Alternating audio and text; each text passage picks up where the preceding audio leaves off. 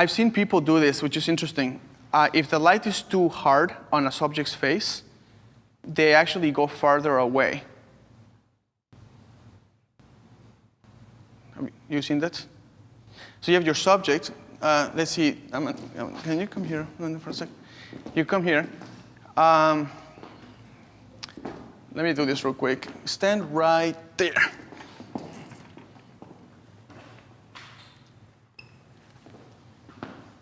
Did that flash? Okay.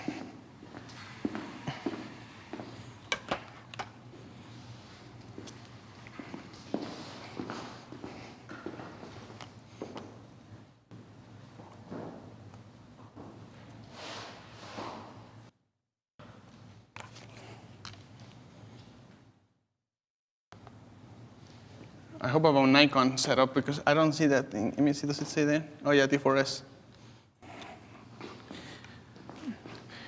Relative light, the relative size behavior states that it's not the size of the softbox that matters or the size of the light source. What matters is the relative size of the light source. Here's what I mean. Put your thumbs like this and put them really close to your eye, and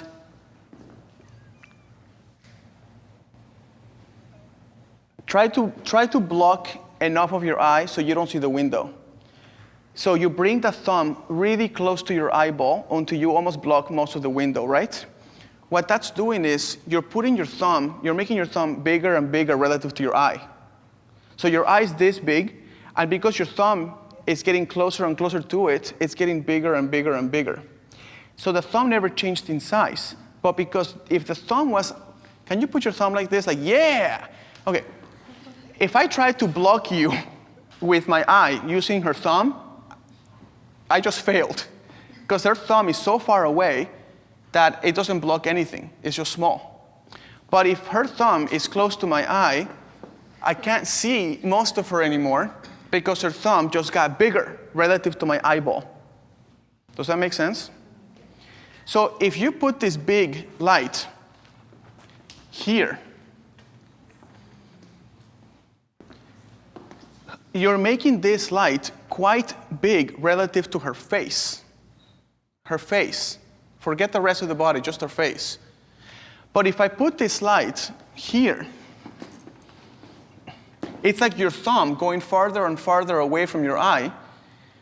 And now, that didn't change, but the relative size to her has changed drastically. That's a lot smaller. It's just like this, remember? Thumb close, thumb far away. Thumb close, thumb far away. The thumb never changed in size.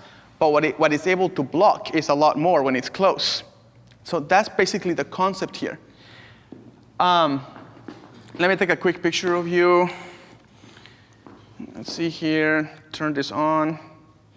Never shoot in TTL, never shoot in TTL. Oh my gosh, things are actually working live. That's amazing. Okay, I have no idea what this is looking like. Let me see. 125 f4, interesting, ISO 200. Do you notice how harsh the shadow is on her face from that picture? You know what? Let me do something. Let me just increase the ISO a little bit. I'm going to double it real quick. I'm going to take another shot. So this is going to be harsh looking.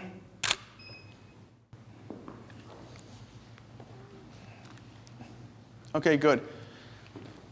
Do you see how harsh that shadow is from her nose? It basically, what's happening is the light is so far away that some of the light rays are hitting her face, right? But it doesn't have access to kind of wrap, or, well, you don't wrap. Darn it. I just said don't say that. It's just so psychological to say wrap. It's a harsh drop-off because the rays of light are going, they're missing her. If we can bring those rays of light that are going into the roof, if we can, the ones that are missing, so for example, if the light is here, and it shoots. It's going to shoot from this entire area, and it's going to go up. It's going to radiate up, right? Some of the rays are hitting her face, but a ton of them are actually just escaping and going somewhere else. If I want to soften the shadow, I need to get those rays of light to illuminate the shadows. That's what it is. So if you look at the screen,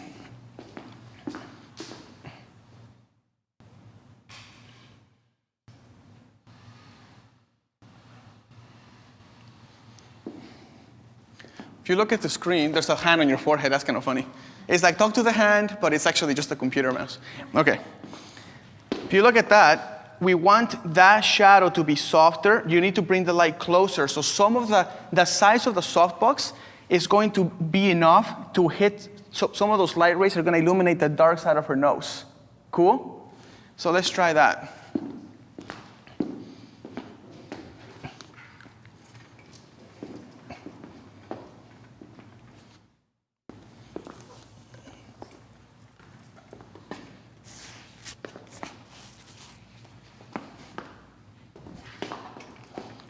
Okay, let me show you what's happening now.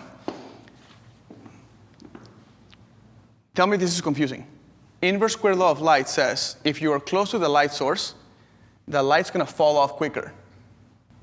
Right? In other words, it's going to be shadowy right away.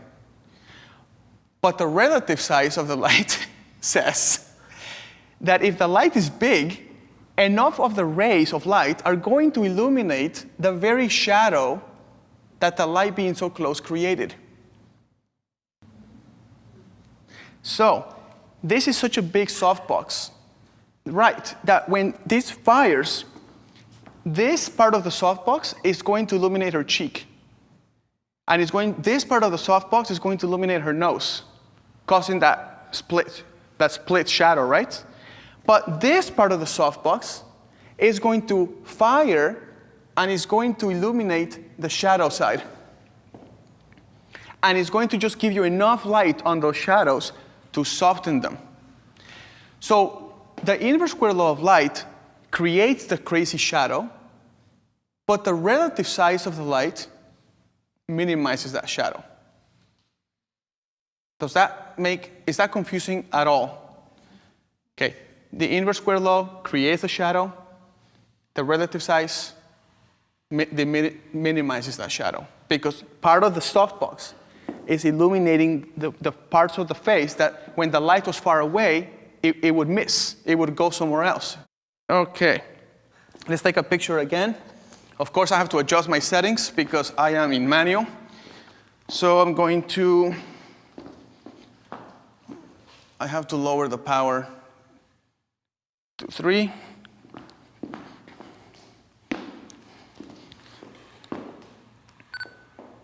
Now, if this works, the shadow on her nose will still be there, but it will be highly minimized, okay?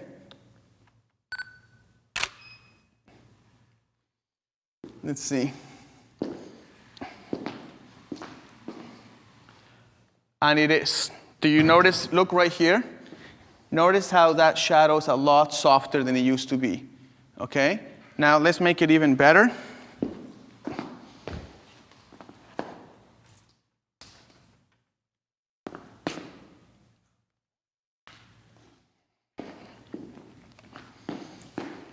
Adjust the power to lower power to adjust for that.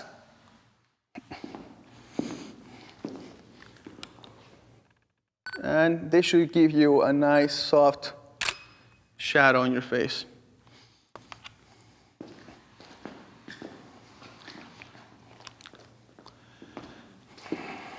Does that look like a window to you? It's pretty, right? Look how soft. Look how this side of her face is almost as bright as this, but it's very gentle.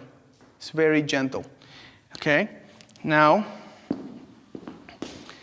let's bring the thumb farther away.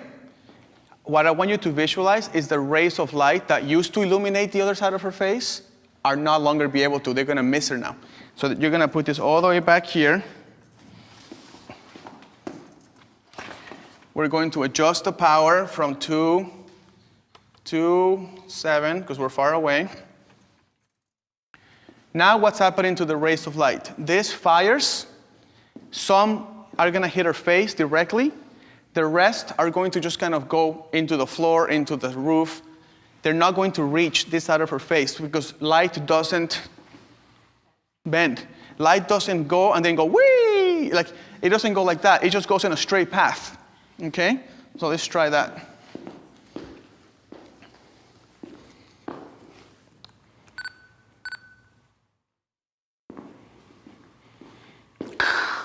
Totally joking. That was just a joke. Let's just go back. Okay, sorry. Okay, woo!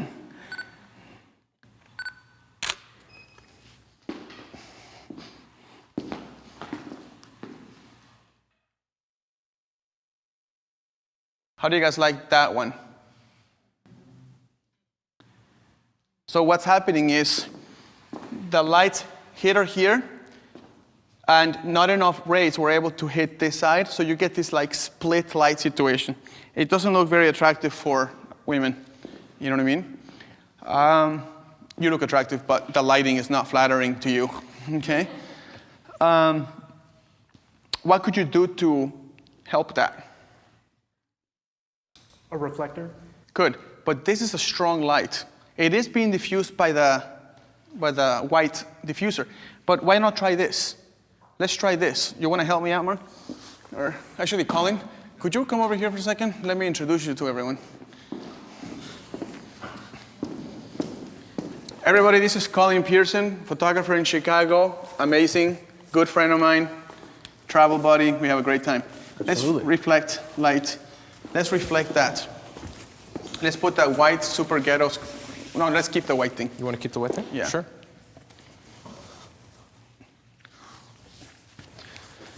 So here's what we're doing now. Conceptually, here's what's happening. This light, which is too strong actually, let me turn this down a little bit. This light is going to fire. Rays of light are going to hit her face. Other rays are going to radiate out into different parts of the scene. Some of those rays are going to hit the wall in the back, and it's going to bounce back and all that stuff. Because the light is so far away from her, there's not enough light to kind of, there's no size to go around. I hate saying that word, wrap, Jesus. To go this way. So she's going to have this harsh split line in her face. Okay? Let's try this real quick. Let's go without first. Let me just do two quick examples. Okay, let me look at that real quick. Okay, very split lights, right? Let's put that with a sheet around it. Let's get this omega reflector.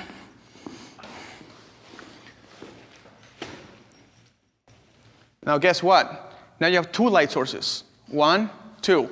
So if you want this light to reach the other side of her face now, what do you have to do? Put it closer, so it's bigger to her face. So go closer. Closer to her face. Right there. Now this should look quite soft. Or better anyway. Cool? Now if you remove that sheet, let's remove that sheet. This is diffuse reflection, right? You're diffusing the reflection. Now let's try this again.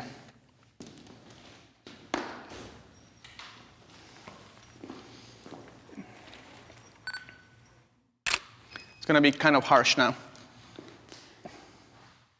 Oh, not bad. Okay?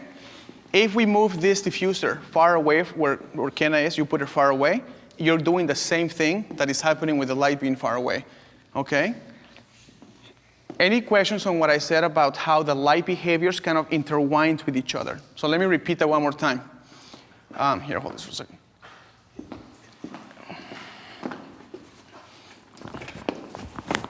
This is really important, so I gotta spend some time on it, sorry.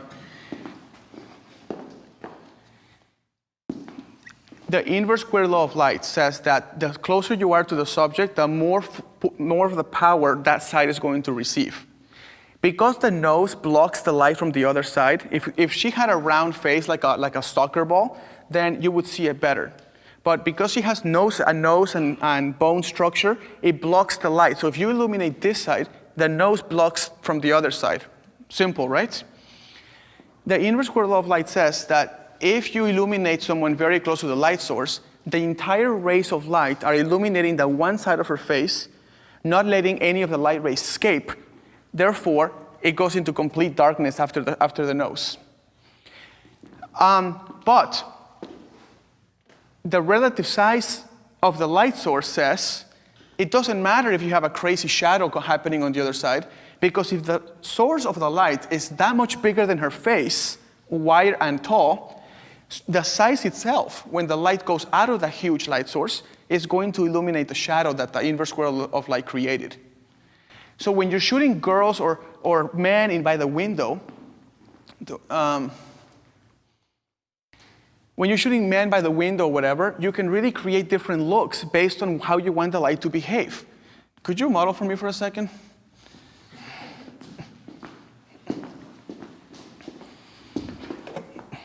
Here, let's go by the window real quick.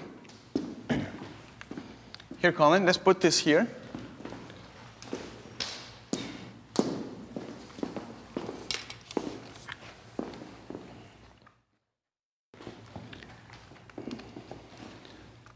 Okay, so choices you make, right?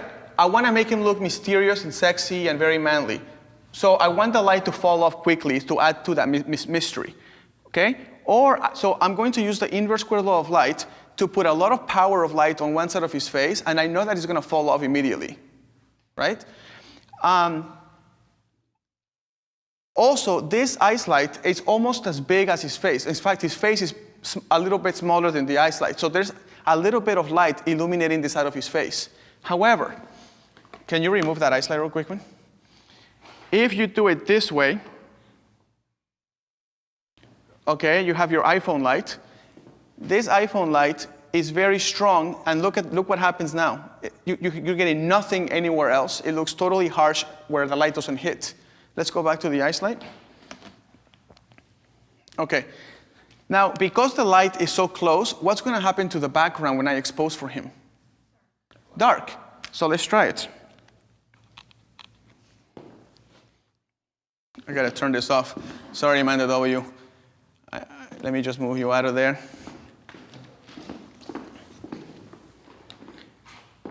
Come, step this way a little bit. Right there. Okay, turn your face towards me a little bit.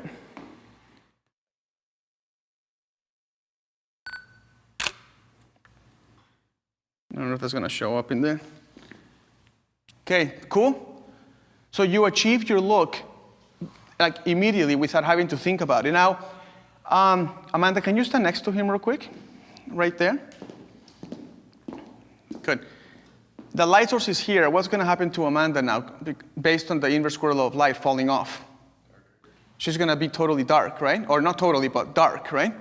Let's try it.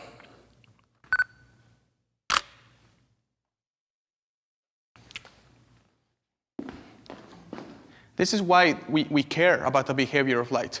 Because if you don't care, you look at this and you're like, the heck? Right? And if you, like, she's way too good looking to be in darkness, right? Now, it just doesn't work. Go ahead and move a little bit this way. That's good. Go ahead, man.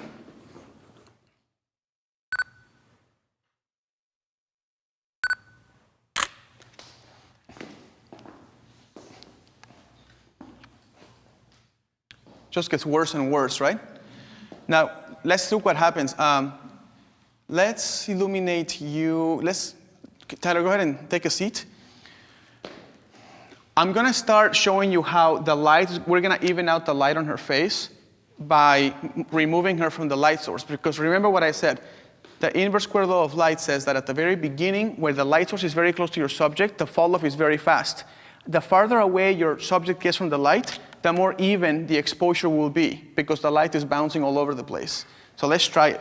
In this example, 98% of the light rays are hitting her face. So it's going to be dark in the background and bright in her face. So let's try this. Take a look at this picture here.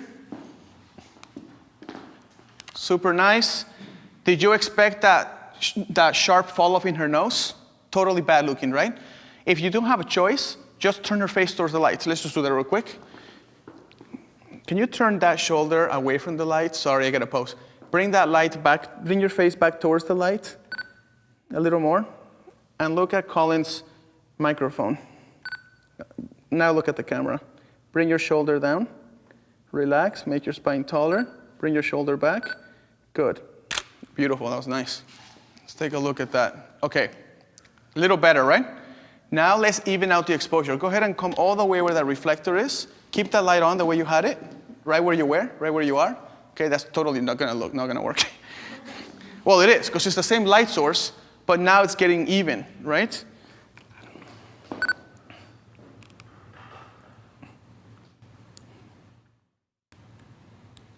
Okay, go ahead, man. Illuminate, no, stay where you were.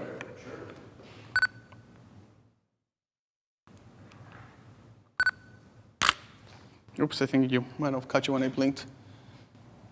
Yeah, you blinked. Let me try one more time. Okay, let's look at that one.